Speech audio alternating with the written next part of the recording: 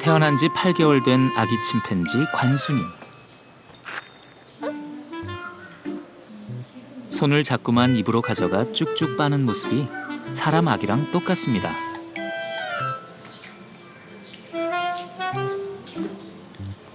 기지개를 켜다가 아이고 뒤로 넘어갈 뻔하기도 하고요.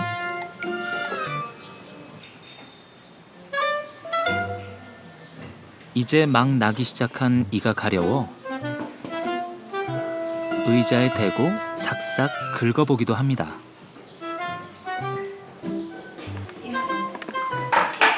즐거운 이유식 시간. 관순이가 먼저 달려오고 오늘은 특별히 옆방 친구 흰손 기번 봉구도 놀러 왔습니다.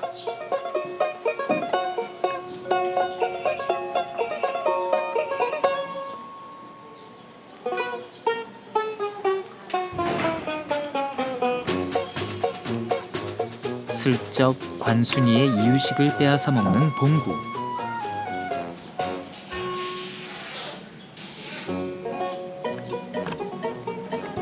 그러자 관순이가 봉구를 쫓아냅니다.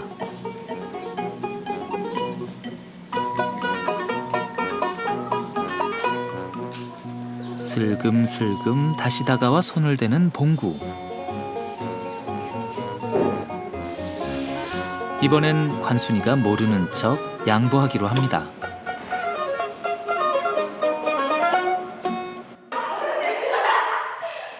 관순이가 자라는 이곳은 서울대공원 인공포육관. 관순이는 자기와 꼭 닮은 침팬지 인형을 특히 좋아합니다.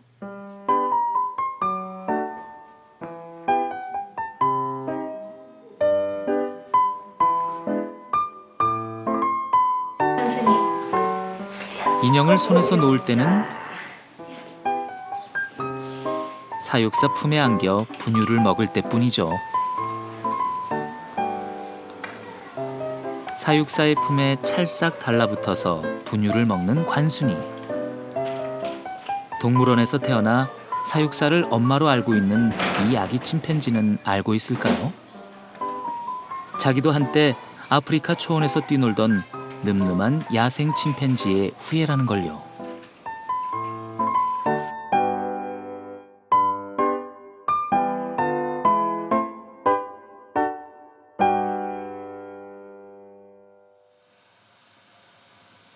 분유를 먹는 동물이 여기 또 있네요.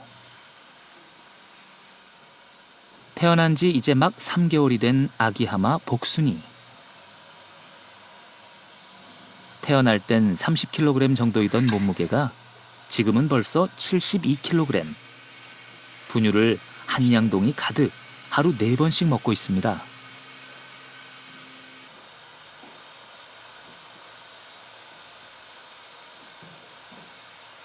배가 부르자 슥 자리를 잡고 누워봅니다. 그런데 어딘가 이상하리 많지 조용한 복순입니다. 사람하고만 접촉을 하기 때문에 정말 원래 하마로서의 습성을 배울 기회가 없습니다. 심지어 첫날 데리고 나서 우는 소리를 첫날 듣고 그 이후로는 사실상 들어본 적이 없는 것 같아요. 아주 작은 소리 빼놓고는 뭐 거의 소리를 내질 않는데. 야생에서라면 어미젖을 먹으며 자랐을 아기 하마. 어미를 졸졸 따라다니며 살았을 겁니다.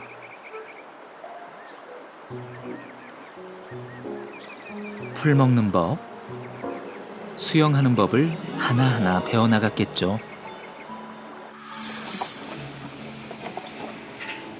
그러나 복순이의 엄마 아빠는 복순이를 낳기만 했을 뿐 직접 키울 능력이 없습니다.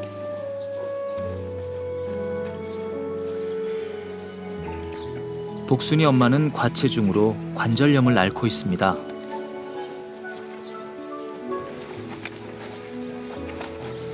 금술 좋은 하마 부부는 복순이 위로도 여러 새끼들을 낳았지만 모두 죽고 말았습니다. 엄마 하마가 도통 새끼를 돌보지 않았기 때문이죠. 엄마가 사는 깊은 물에서 허우적대다 익사한 새끼도 있었습니다. 그래서 복순이는 태어나자마자 부모 곁을 떠나 사람 손에 길러졌던 것입니다.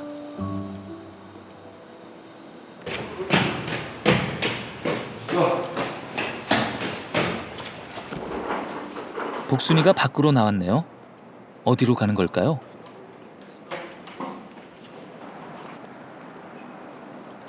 이곳이 바로 앞으로 살아야 할 곳입니다. 자신이 태어났던 하마사로 되돌아온 것이죠. 밖에는 엄마 아빠가 살고 있습니다. 새집이 낯선 복순이. 놀란 마음에 드러누워 버립니다.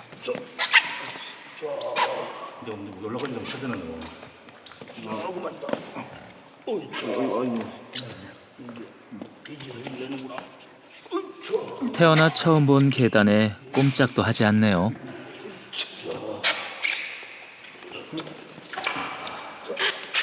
그렇지. 바다가 짜. 바다에 왔다. 목숨을 바다가 물이 너무 좋네. 복순이는 아직 자기가 하마라는 사실을 알지 못합니다.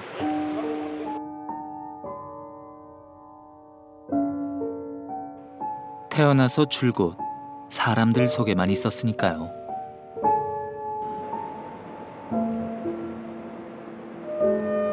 이곳에서도 사육사 뒤만 졸졸 따라다닙니다.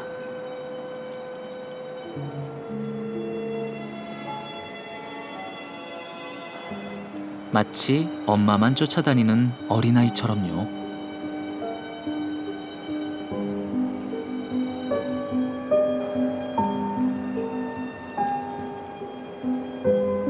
복순이는 과연 앞으로 진짜 엄마 아빠와 함께 하마로 살아갈 수 있을까요?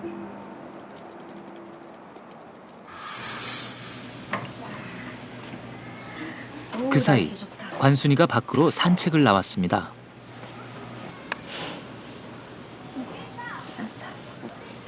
에이. 사육사가 내려놓자 바로 울기 시작하는 아기 침팬지.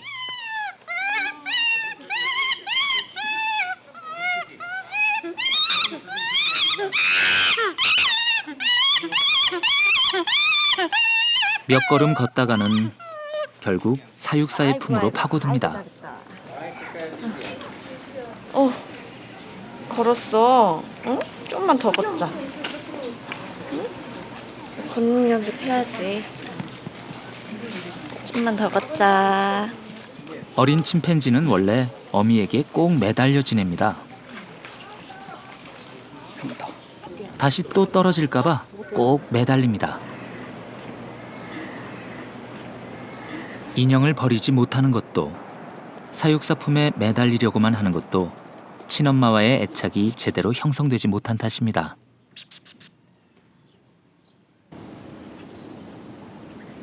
그날 오후, 관순이가 유모차를 타고 어디론가 가는데요.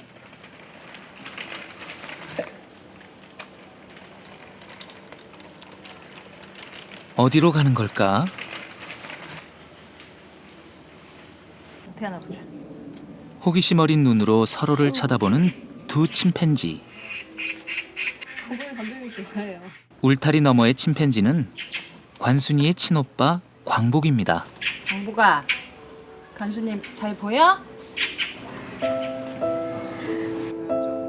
싫어하진 않는데 우유를 안 먹어가지고.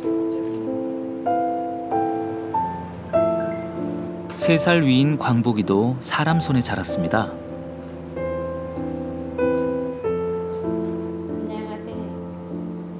어미가 돌보지 않았기 때문인데요.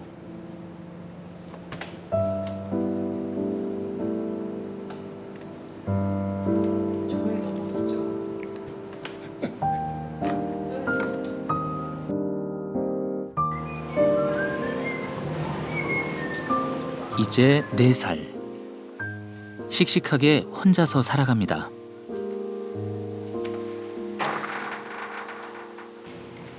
광복이와 관순이의 엄마는 어디에 있을까요? 광복이와 관순이의 엄마 예, 갑순입니다. 그러니까 사람도 많았고 사육사와 선인사도 하고 내려가잖아요. 갑순아. 손가락 뽀뽀도 하는 순한 암컷 침팬지입니다. 갑순아. 왜?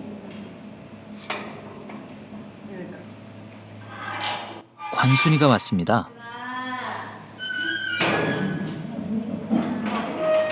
여기서 먼저 앉아서 보여줘. 그런데 분위기가 심상치 않은데요? 새끼를 보자 예민해진 엄마.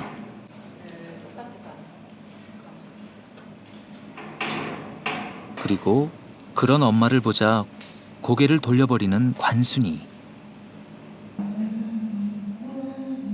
엄마는 관순이를 알아보지 못합니다.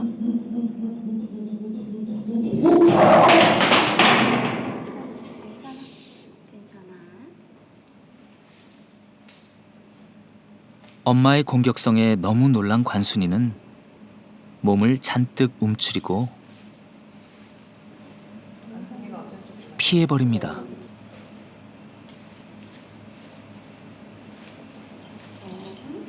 무리 생활을 해서 학습을 통해서 배워 나갈 것들이 동물원에서 차단되는 경우가 종종 발생이 되죠. 어미가 그 개체에 대해서 그 학습을 한 적이 없는 상태에서 동물원에 들어왔을 때 새끼에 대한 거부감이 바로 나타나는 거죠. 배척을 하게 되는 거고 처음부터 그렇게 되면 그때부터 이제 그 개체가 인공포획이라는 손으로 넘어가게 되잖아요. 또 그 개체가 또 성장을 하게 되면 학습을 되지 않잖아요. 그런 경우가 계속 순환이 되는 거죠. 악순환이. 침팬지들은 새끼 때 엄마 품에 꼭 매달려 삽니다. 옆방에 살고 있는 이 아기 침팬지는 올해 3살인데도 엄마 옆에 붙어 젖을 빨고 주위를 맴돕니다.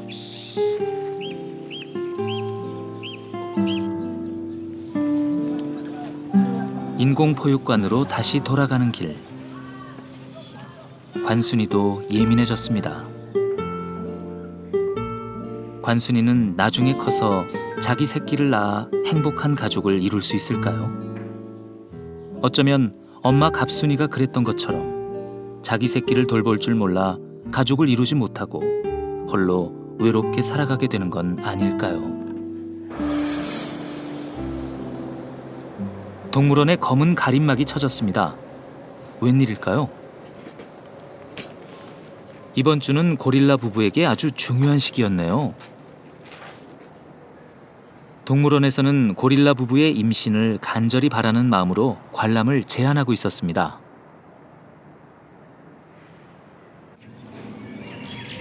어라? 막상 들여다보니 기대와 달리 분위기가 영 아닌 것 같은데요? 남편 우지지와 아내 고리나. 합사한 지 4개월이 돼가지만 둘 사이는 아직도 서먹해 보입니다.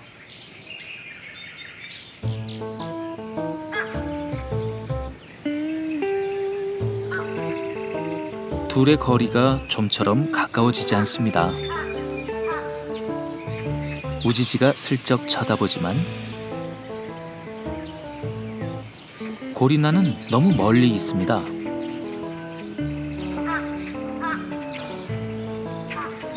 둘의 하루는 이렇습니다.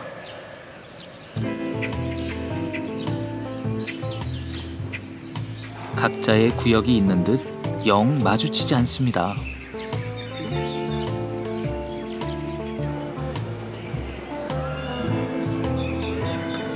우지지가 용기를 냅니다. 고리나가 주로 있는 평상까지 왔습니다.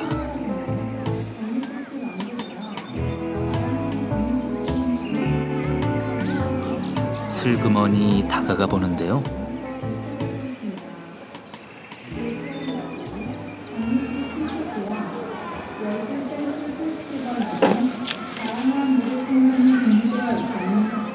실패입니다.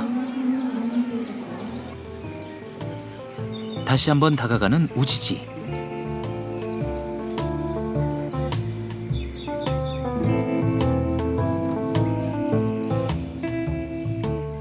고리나는 이미 피해버렸습니다.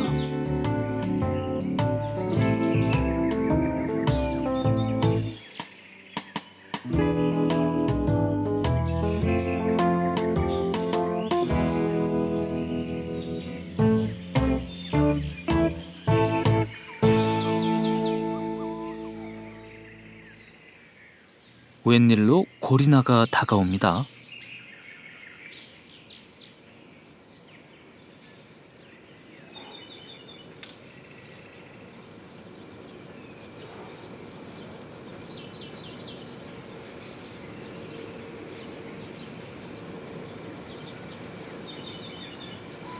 잠깐의 정적.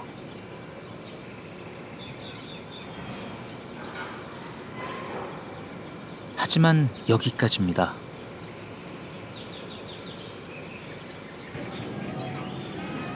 매번 이런 식입니다. 한 울타리 안에 있지만 둘은 하루 종일 각자 지냅니다. 올해 40살인 고리나는 태어나서 한 번도 교배를 해본 적이 없습니다. 대부분의 시간을 동물원에서 보낸 탓에 집단 생활을 해보지 못했습니다. 짝짓기도 마찬가지. 아는 것이 없습니다. 일반적으로 짝짓기는 본능이라고 생각하지만 그 본능마저도 자라면서 학습되지 않으면 발휘되기 어렵습니다. 고리나하고 지금 짝짓기가 애타게 기다리고 있는데 아직까지 그런 행동이 관찰이 안 되고 있거든요. 그래서 혹시 학습이 덜 돼서 그런 거 아니냐 이렇게 해서 일본에 있는 그 동물원에다가 그 동영상을 받았어요.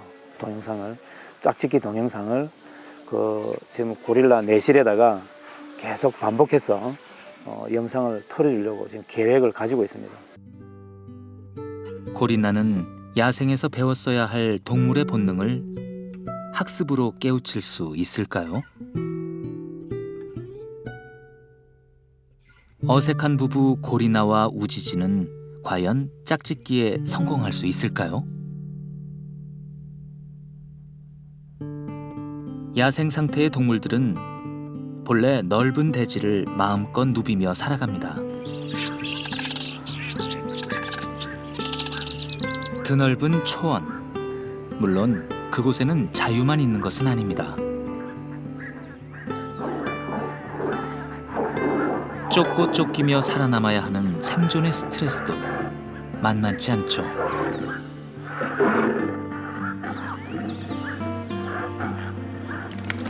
동물원의 동물들은 먹이를 공급받고 목숨을 노리는 적들로부터 안전해진 대신 갇힌 공간 안에서 순응하고 살아가도록 사람들에게 길들여져 왔습니다.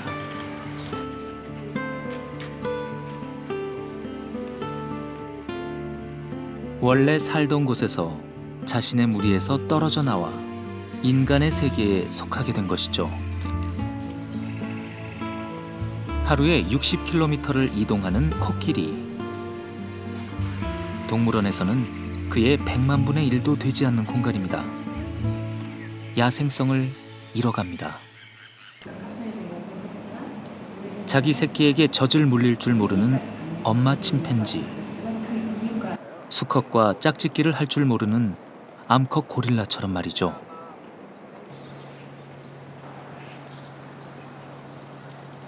동물원의 동물들은 행복할까요? 그들이 행복한지 불행한지 우리 인간은 알 길이 없습니다. 다만 동물들이 동물원에 오게 되면서 잃어버린 것들에 대해 생각해 봅니다.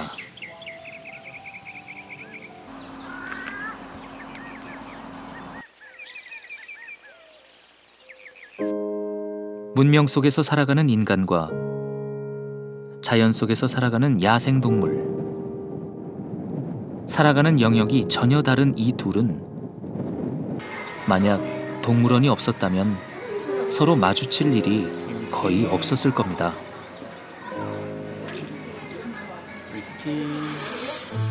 오늘날과 같은 근대식 동물원은 18세기 말 유럽에서 처음 만들어졌습니다. 당시의 귀족들이나 부르주아 계층들은 부와 권력을 과시하기 위해 잘 길들여지지 않은 동물들을 모으고 수집하는 일에 열광했습니다. 코끼리, 코뿔소, 기린, 하마 같은 동물들이 아시아, 아프리카와 같은 신대륙을 거쳐 유럽까지 어렵게 운반되기도 했죠. 우리나라에서는 1909년에 문을 연 창경원 동물원이 최초의 동물원입니다. 평소에는 주변에서 볼 수 없는 먼 곳에서 온 동물들에게서 느끼는 신기함.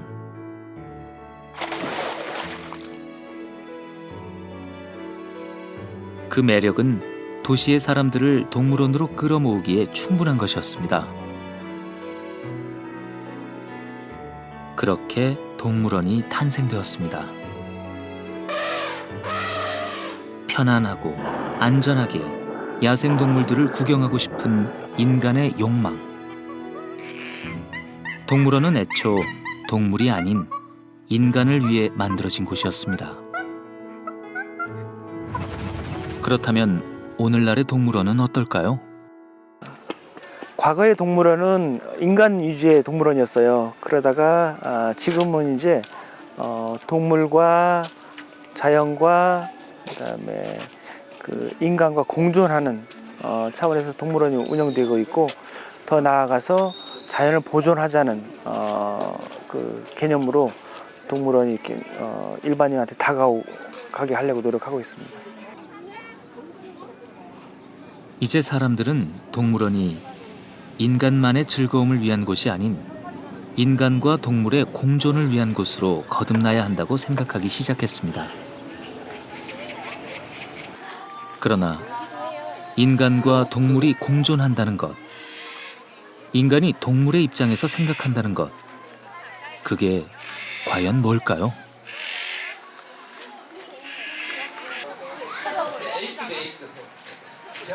올해 9살 된 오랑우탄 오랑이. 사람들에게 인기 만점의 오랑이는 사람처럼 옷을 입고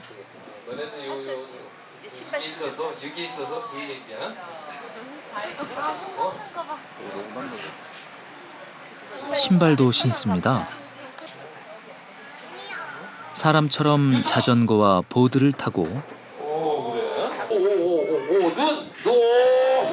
사람 같은 표정을 짓습니다. 다시 한번 강렬한 눈빛. 오! 눈! 오! 매우 무서운 눈빛이야.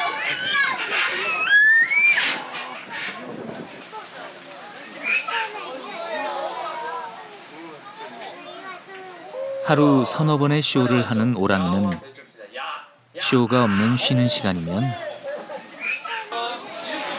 가게에 들러 아이스크림을 집어듭니다.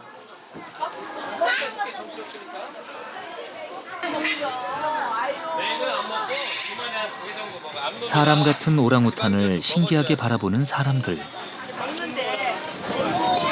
올라와봐. 자, 사자. 아이고.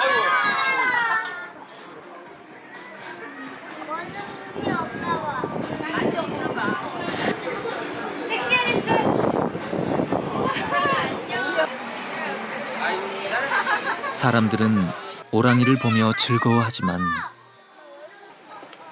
정작 오랑이는 무슨 생각을 하고 있을까요? 호랑이 누나가 장난을 좋아하지 않아요.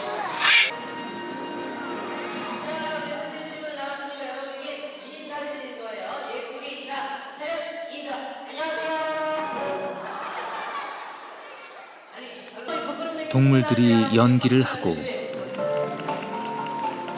재주를 부립니다. 자, 네 친구 좀 어떻게 좀 해봐. 자, 조심해서 집으로 들어가요. 안녕. 사람들을 즐겁게 해주는 연예인처럼 말이죠.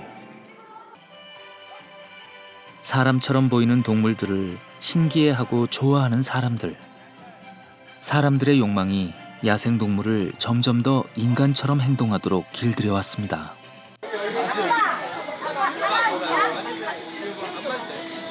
인간에게 길들여지는 것. 좋든 싫든 그것은 동물들이 동물원에서 살아가기 위해 꼭 거쳐야만 하는 과정입니다. 길들여져야만 무서웠던 동물이 귀엽고 친근한 대상으로 다가옵니다.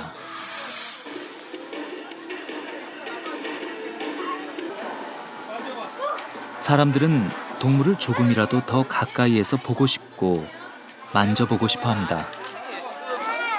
무서워? 진짜 안 무서워.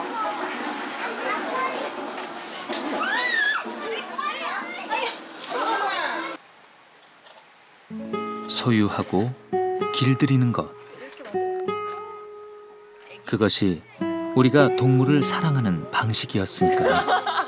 겁을 먹으셔가지고. 완전 귀여워. 확실히 동물원을 통해 인간은 동물들과 가까워질 수 있었습니다. 겁이 많아서 그렇지. 순하긴 순하대요. 집에서 키우시는 분들도 많아서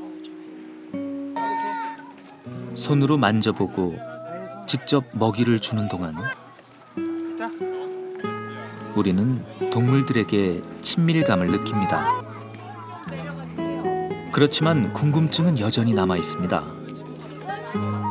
동물들은 어떨까요?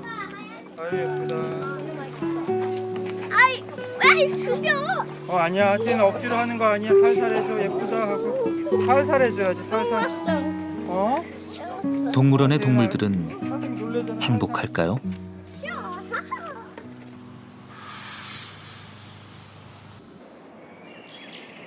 이곳은 지방의 한 동물원.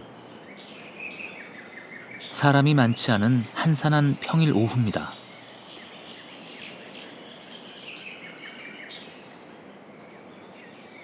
사람이 지나가자 습관처럼 달려나와 손을 내미는 곰.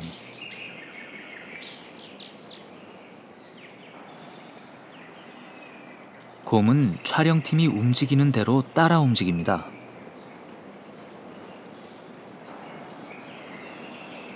무슨 일일까요?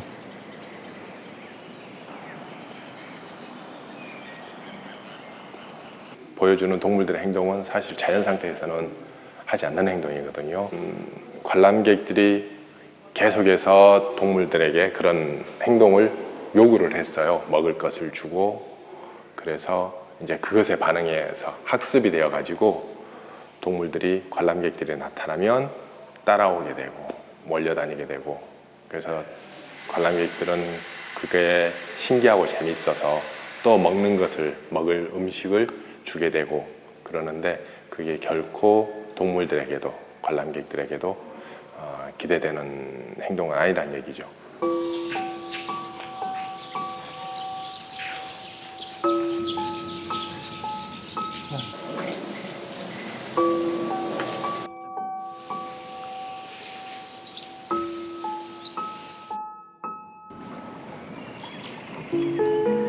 이 기린은 짝을 잃고 혼자가 된 지 2년째입니다. 지난 2011년 12월 함께 지내던 수컷 기린이 갑자기 죽었는데요. 부검을 해보자 충격적인 결과가 나왔습니다. 기린의 윗속에서는 노끈, 비닐, 과자봉지, 면장갑 등이 가득했으며 이러한 이물질들이 뒤엉켜 돌멩이처럼 굳은 덩어리가 3개나 나왔습니다. 이로 인한 소화불량과 염증이 바로 죽은 기린의 사인이었습니다. 동물들은 먹어야 할 것과 먹지 말아야 할 것을 구분하지 못합니다. 사람들이 던져주는 걸 아무거나 받아먹는 습관이 완전히 몸에 밴 탓입니다. 이 동물원에서는 지난 3년 동안 74마리의 동물들이 폐사했습니다.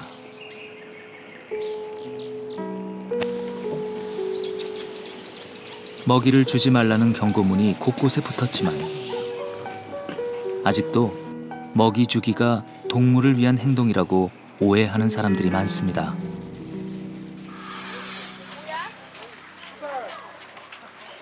동물원에서 동물의 생명은 전적으로 인간에게 달려 있습니다.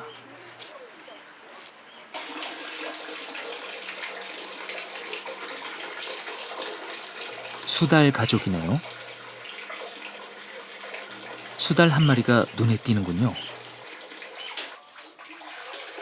수달은 자꾸 몸을 긁어댑니다.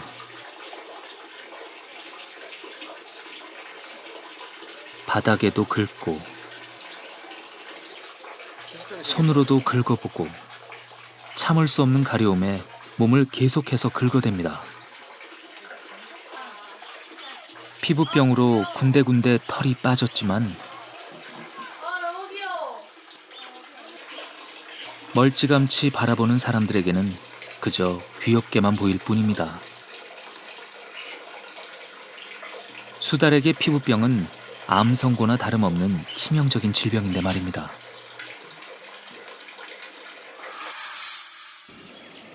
지방의 또 다른 동물원. 천연기념물 324호 수리부엉이.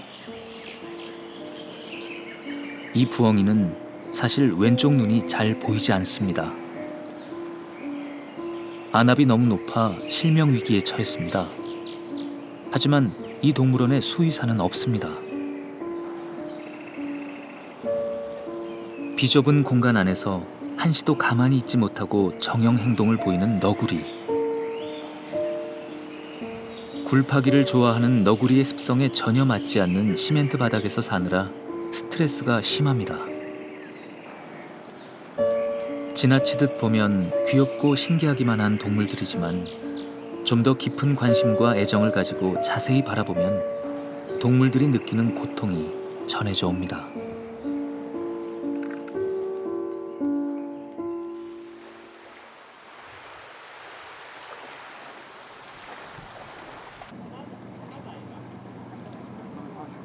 이곳은 제주도 성산항 앞바다.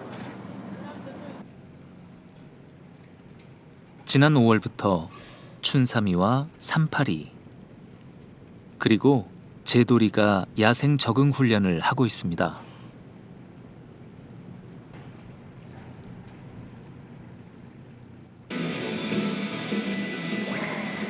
얼마 전까지만 해도 제도리는 서울대공원의 인기 스타였습니다.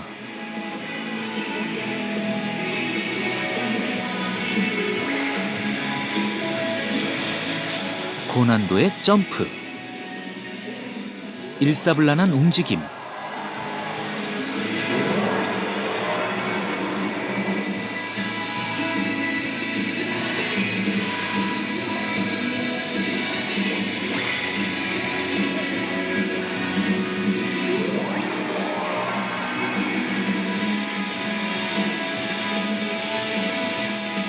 지휘자를 따라 움직이는 오케스트라 단원처럼 사육사의 손짓 하나에 자유자재로 춤을 춥니다. 서울대공원에서도 가장 인기가 많아 연간 100만 명 이상이 즐겨보던 돌고래쇼. 그랬던 돌고래쇼가 지난 3월 18일을 마지막으로 중단되었습니다. 사람들이 제도리를 위해 야생으로 돌려보내기로 한 겁니다.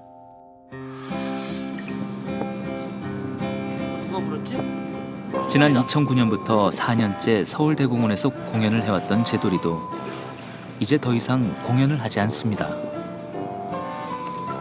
그 대신 원래 고향이었던 제주 앞바다로 돌아갈 준비를 하고 있습니다. 살아있는 물고기를 잡아먹으며 출렁거리는 진짜 바다에 익숙해지는 중입니다.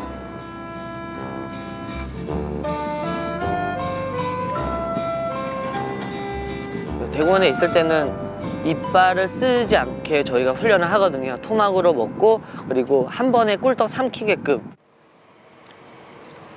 씹거나 던지기 하면은 쇼에 지장이 생기거나 물도 더러워지고 해서 저희는 이제 사육할 때는 한 번에 꿀떡꿀떡 생기게 해요. 야생에서는 살아있는 걸 무조건 잡아먹기 위해서는 쫓아가서 잡은 다음에 씹어서 넘겨야 되거든요. 그러다 보니 이빨도 치석들이 다 없어졌더라고요. 입안에도 상처들이 훨씬 많아지고 그러면서 이제 제도리가 좀 더 야생적인 몸을 갖춰가고 있는 것 같아요. 네. 사람들이 깨닫기 시작했습니다. 지금까지 우리에게 즐거움을 주었던 제도리가 어디에서 왔는지를 말이죠. 올해 13살이 된 제돌이. 사람으로 치면 60살, 환갑쯤 됐습니다. 한창 나이에 어부들이 쳐놓은 그물에 걸려들어 동물원에서 살아온 시간이 4년. 제돌이는 인생의 3분의 1을 인간과 함께 살아왔습니다. 이제 제돌이는 며칠 후면 자기가 원래 태어났던 고향으로 돌아갈 겁니다. 돌아가게 될 고향은 스스로 먹이를 잡고 사람의 도움 없이 혼자서 살아남아야 할 야생의 거친 바다입니다. 과연 제돌이는 다시 야생으로 돌아갈 수 있을까요? 돌아간 바다에서 행복할 수 있을까요? 많은 사람들이 제돌이의 행복을 진심으로 바라고 있습니다. 제돌이는 돌아가지만 아직 동물원에는 불법 포획된 돌고래들이 남아 있습니다.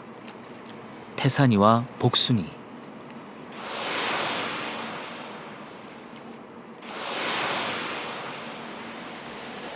태산이와 복순이는 지난 5월 제주도 돌고래 쇼 업체에서 서울대공원으로 옮겨왔습니다.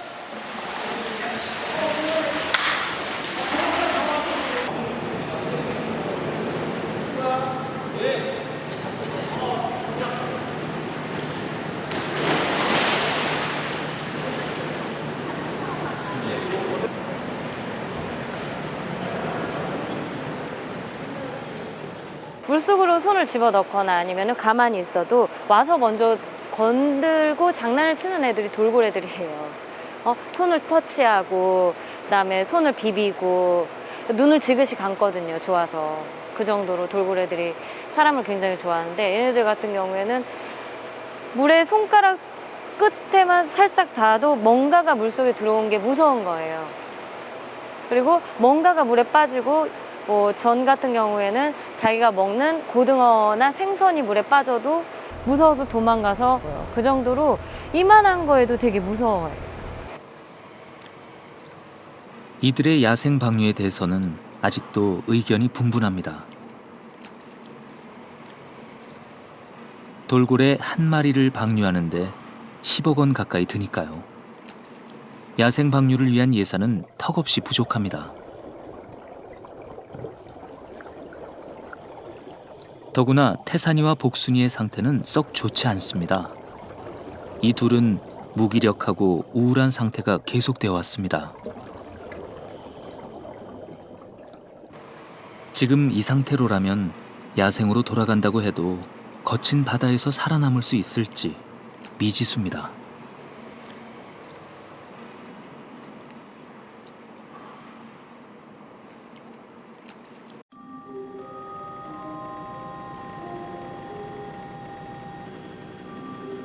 이제 전 지구적으로 야생동물이 살아갈 곳은 점점 줄어들고 있습니다. 북극의 얼음은 계속해서 녹고 있고 열대 밀림의 숲은 지금도 빠른 속도로 사라지고 있습니다. 그렇게 기후가 바뀌고 자연 환경이 파괴되는 동안 하루에도 수많은 동물들이 죽어가고 있습니다.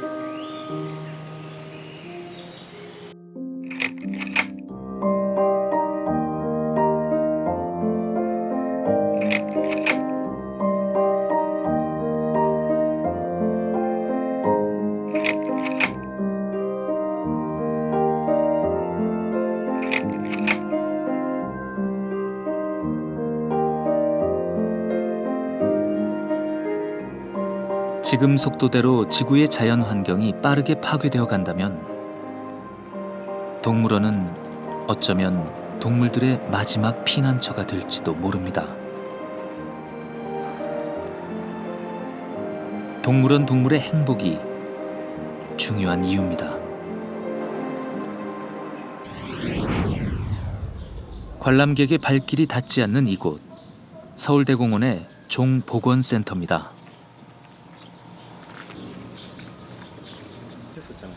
이곳에서는 멸종 위기에 처한 동물들의 번식 및 종 복원을 시도하고 있습니다. 우리나라의 야생에서는 사라진 동물, 스라손입니다.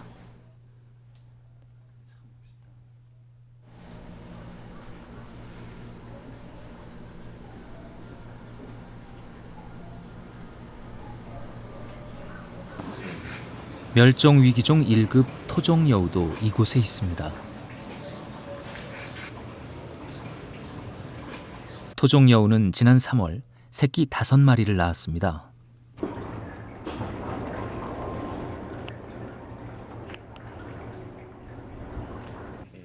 새끼는 어느덧 이렇게 컸습니다. 이제 동물원은 신기한 동물들을 수집하고 전시하는 곳에서 아프거나 멸종 위기에 처한 동물들을 돌보고 보호하는 곳으로 거듭나고 있습니다. 일반 시민들이 생각할 때 동물원은 그저 와서 구경하고 만져보고 또 먹이 주고 이런 차원으로 생각을 할 수도 있어요. 그러나 동물원의 기능은 종 보존의 기능이에요. 멸종 위기에 처한 야생에서 개체수가 적은 동물을 우리가 잘 길러서 새끼를 낳게 해서 그 종을 존속시키게 해서 야생의 멸종된 상태를 막거나 지연시키거나 하는 역할들을 하고 있거든요.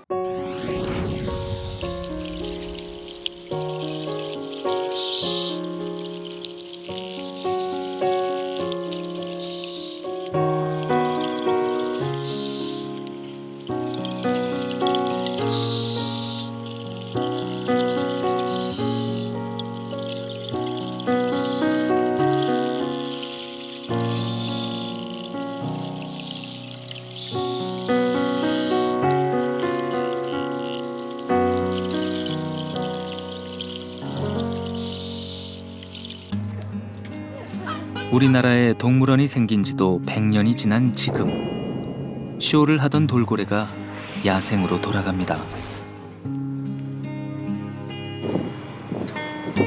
이것은 우리가 우리 자신이 아닌 동물의 입장이 되어 생각하고 결정한 최초의 사례로 남을 것입니다.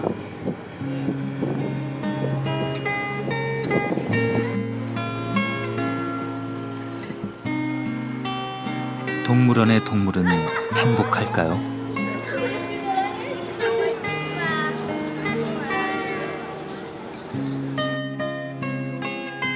글쎄요. 그들이 행복한지 불행한지 우리 인간은 알 길이 없습니다.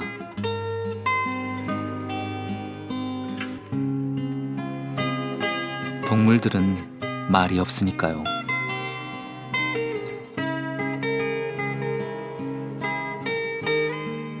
바로 그 때문에 이것은 앞으로도 우리가 절대로 잊지 말아야 할 질문이기도 합니다.